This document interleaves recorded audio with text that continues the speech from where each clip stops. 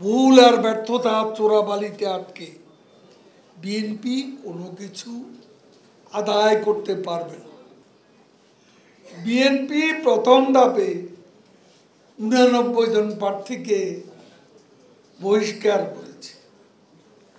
এই বহিষ্কৃত নেতাদের মধ্যে প্রথম ধাপে 7 জন চেয়ারম্যান পদে নির্বাচিত হয়েছে। ভাইস চেয়ারম্যান পদেও 2 জন নির্বাচিত হয়েছে।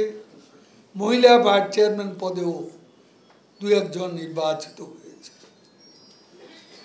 জাতীয় পার্টি, ইসলামী আন্দোলন, জামাত সহ কয়েকটি দল স্বতন্ত্রভাবে উপজেলা পরিষদে নির্বাচনে অংশ নিয়েছে।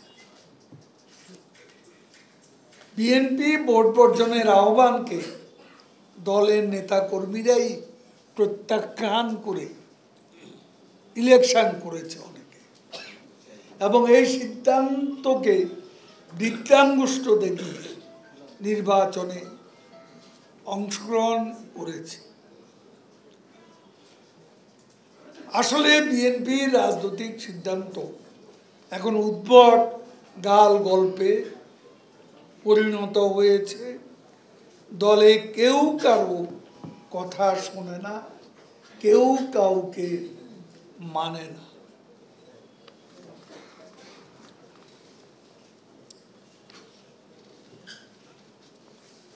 আমাদের নেত্রী স্থানীয় সরকার ব্যবস্থাকে উন্নত করেছে, শক্তিশালী করেছে।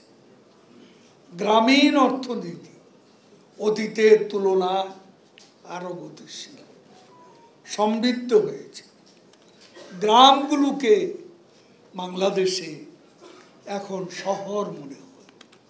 বঙ্গবন্ধু কন্যা শেখ হাসিনার সরকারের সময় স্থানীয় নির্বাচনগুলো সুষ্ঠুভাবে অনুষ্ঠিত হচ্ছে।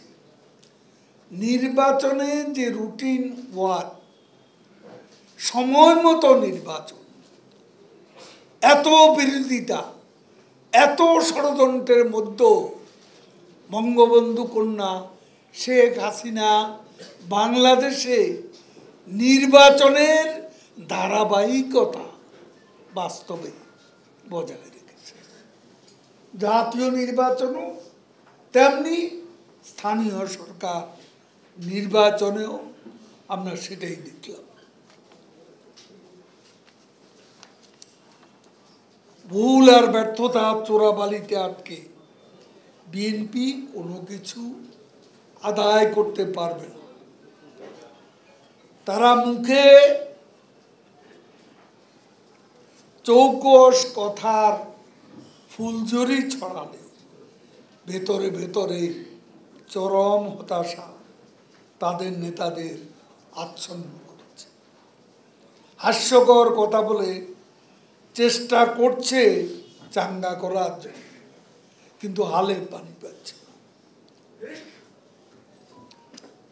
যতদিন সুষ্ঠু গণতান্ত্রিক ধারায় ইতিবাচক রাজনীতি ফিরে না আসবে, ততদিন তারা আরো জনবিচ্ছিন্ন